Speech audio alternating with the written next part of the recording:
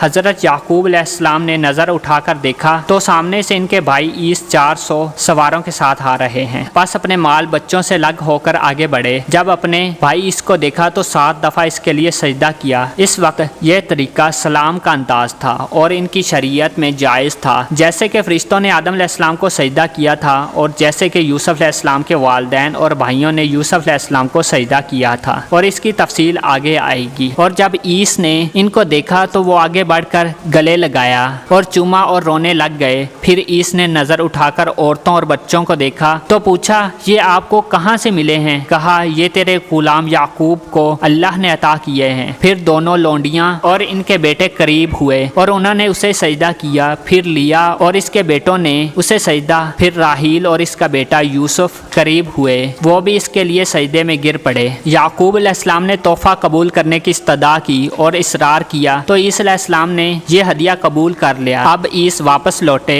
اور آگے آگے اور یعقوب علیہ السلام اس کے پیچھے پیچھے تھے اور اپنے اہل و عیال، نوکروں وغیرہ کے ساتھ سعیر کی طرف چل پڑے۔ جب ساحور پر گزرے تو بستی سے باہر ہی ٹھہر گئے اور وہاں اپنا ایک گھر بنایا اور سایہ حاصل کرنے کے لیے ایک چھپر تیار کیا۔ پھر اورشلیم پر شخیم بستی سے گزرے تو بستی سے باہر ہی ٹھہر گئے۔ یہاں آپ نے شیکم بن جمور سے زمین 100 بکریوں کے عوض خریدی، وہاں اپنا خیمہ گاڑ لیا اور وہاں ایک مذبح بنایا اور اس کا نام ایل رکھا۔ ایل اسرائیل یعقوب کا معبود ہے۔ اللہ نے وہاں ایک عمارت بنانے کا حکم دیا تاکہ وہاں سے اللہ کا نام بلند ہو، اور یہی آج بیت المقدس ہے۔ اسی کو حضرت سلیمان علیہ السلام نے دوبارہ بنایا تھا، اور یہی وہ پتھر کی جگہ ہے جس پر یعقوب علیہ السلام نے جاتے وقت علامت کے طور پر تیل لگایا تھا، جیسا کہ اس کا ذکر پہلے آ چکا ہے۔ اس جگہ اہل کتاب نے دنیا